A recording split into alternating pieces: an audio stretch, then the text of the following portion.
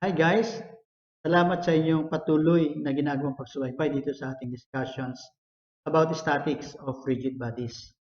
At ngayon ay naganda ako guys ng isang problem para sa inyo para pag-aralan itong equilibrium of force system in a plane. In particular, nakafocus tayo ngayon sa equilibrium of non-concurrent force system.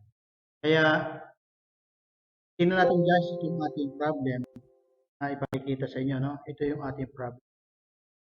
So, ang problem natin is to determine the weight of the heaviest uniform bar that can be supported in the position shown in the figure if the breaking strength of the horizontal cable which is attached as C is 500 Newton. So, guys, in the problem, meron tayo ditong meron tayo ditong bar that is supported by horizontal cable at C that is connected at this point. The maximum tension that this cable can carry is given at 500 Newton. The bar rests on the horizontal plane at point B and an inclined plane at point A. The inclination of the plane is given at 4:3. So, ang tinatanong sa atin dito guys is how much is the maximum weight that this bar in order that the tension, the support in the cable would not exceed a 500 Newton. At gaya nga ng lagi nating ipinapaunawa kapag nagsosolve tayo ng equilibrium of any force system, ay mapag-aralan natin guys kung paano ba ang interaction ng bodies with respect to the other body. Kaya pag-aralan natin muna, no? Napapansin natin na dito sa point A na ito, kung saan the bar is in contact with the plane, assuming natin that the plane is smooth. Hence, we would expect that the plane will be exerting a force that is perpendicular to the plane in this direction. Ito yung magiging direction, no? Which is perpendicular. So, assuming natin na yung kanyang magnitude is not known, so simply define this R sub A. Since that is normal, pwede natin siyang i-resolve into component horizontal and vertical. Kasi nga alam naman natin yung ng plane, makatuwid yung ating R sub A would be inclined, perpendicular, hence it would have in this direction, so meron tayo itong R sub AH at yung R sub AB. Kung saan, the inclination of the reaction would be at 3, 4, and 5 also. Kaya yung ating R sub AH dito, by the ratio and proportion will be equal to 4/5 of A. At yung ating R sub A sub B will be equal to 3/5 of R. Diba? Samantalang dito naman sa point B na ito na kung saan the bar is also in contact with the horizontal plane. And if the plane is smooth, then we would expect that the plane will also be exerting a force in the upward direction. Ito yung ngayon yung magiging direction ng force exerted by the horizontal plane. At tawagin natin ito na R. Kung may weight tayo, assume natin because that is assumed to be homogeneous, so yung weight natin would be acting at the geometric center ng ating bar. So yung kanyang magiging weight will be acting in this direction.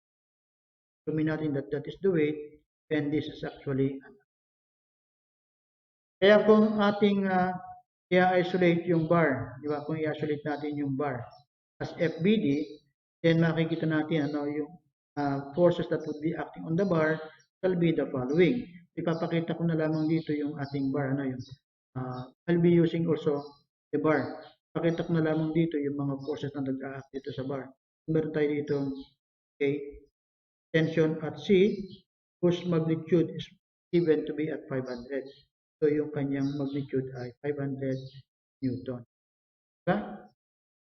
So kung titignan natin ngayon, yung bar is subjected to different forces. So kung titignan natin, we have 1, 2, 3, and 4 forces, and one of them, R sub A, is inclined up to the right, and hence this can be resolved into components. Kaya kung pag-aaralan natin, so pwede naman tayo dito mag-apply actually ng mga conditions of equilibrium, di ba? So, yung mga possible conditions na pwede nating gamitin, that pwede tayo mag-apply ng summation of force vertical equal to 0, pwede rin tayo mag-apply ng summation of force horizontal equal to 0. At pwede tayong mag-take ng summation of moment about any axis equal to 0, okay, in this particular case. So, kinakailangan, kung pag-aaralan natin, ilan ang unknowns meron tayo. Meron tayong RA, RB, di ba? At saka yung W, tatlong unknown. So, as much as possible, kung kinakailangan nating mag-solve ng problem, we try to eliminate one at a time. So, kung magagawa natin mag-eliminate ng dalawa at a time, so we can solve for the problem. So, since the two, W and R sub B are both vertical, wala silang horizontal component. Kaya kung mag-a-apply tayo ng summation of force horizontal, masosolve na agad natin yung horizontal component of A, which therefore help us to solve for R sub A. Kaya, if we are going to apply the summation of force horizontal equal to 0, pakita ko na lang dito. At summing up forces horizontally equal to 0, so from here, we can solve for R sub AH, and then finally, okay, we can solve for R sub A, di ba? Then assume natin that force that is directed to the right will be positive. So ano ngayon ating magiging force equation? I would have here R sub AH minus E sub C will be equal to 0. But R sub AH ay in-express natin in terms of R sub A. So mga katwid, if this will be substituted here, I would have here equal to 4/5 of R sub A, transposing it to the right-hand side of the equation and substituting the value, I would have a value equal to 500. Kaya pag sinimplify ko dito, yung R sub A ko will be equal to 2,500 divided by 4, or simply R sub A will be 2,500 divided by 4, that is equal to 625 Newton. 625 Newton. Sa mga katwid, if R sub A is 625 Newton, diba? Ang ating R sub B, AV, diba?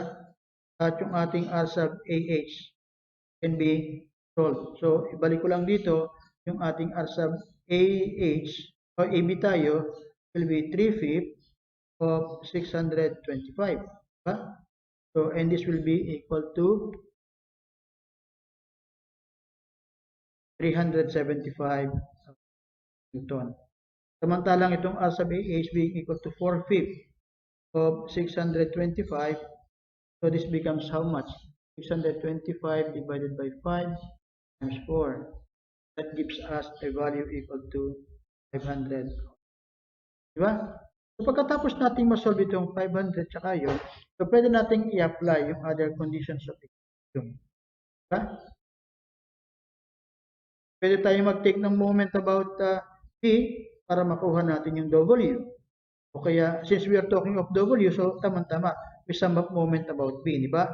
So summing up moment, we will be summing up moment about B equal to 0, and we consider one direction to be positive. Say for example, i-apply natin yung condition that counterclockwise moment will be positive. What therefore will be our moment equation? Our moment equation will be equal to, let's start with W. I have W.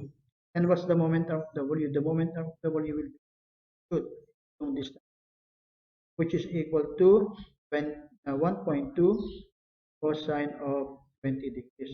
So that is equal to 1.2 cosine of 20. Right? So what else? So if we are going to solve for the moment due to this 500, so okay, plus din siya kasi counterclockwise moment also, I will have here, okay, 500 times the moment arm, and this moment arm will be 1.2 sine of 20 degrees. Naman ay 1.2 multiplied by sine of 20. Diba? So similarly, if we will be substituting the moment due to R sub H. So lahat yan. So that would be negative. So minus R sub AH multiplied by the moment arm. And the moment arm will be the vertical distance, itong distance na ito mula dito. Okay. And dyan, which is equal to 2.4 multiplied by sine of 20 degrees. That is equal to 2.4 sine of 20 degrees. Okay. So the moment arm due to R sub AB will also be in the clockwise direction. So that's also minus R sub AB multiplied by 2.4 will be 2.4 multiplied by cosine of 20 degrees, and all of them will be equal to 0. Kaya meron tayo ngayong equation involving W. If R sub AH and R sub AB will be substituted, therefore what do we have? So let me have here the value. Okay, W multiplied by 1.2 cosine of 20, okay, plus 500 multiplied by 1.2 sine of 20, okay, minus R sub AH, and this is 500, minus 500 multiplied by 2.4 sine of 20, okay, minus 375 multiplied by 2.4 cosine of equal to 0. So all of this, okay, when solved, okay, when simplified, we'll be getting the value of W. And W will be computed as, okay, natin ha, okay,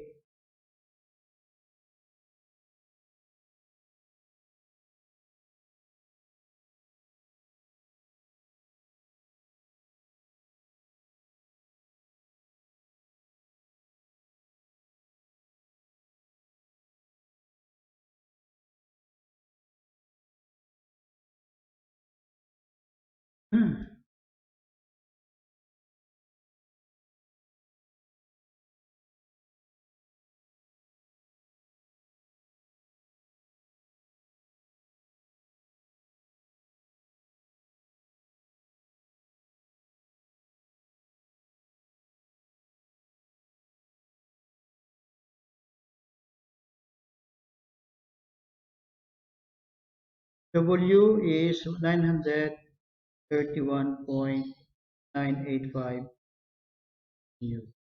So this gives us now the value for, okay, the maximum weight that can be maximum weight of the bar, so that the tension on the cable would not exceed, okay, a magnitude of 500 Newton. Okay, 500. Okay. So this is how we can solve the problem, guys. Ano? Kaya sana don't forget to subscribe to my channel. Once again, thank you very much for watching.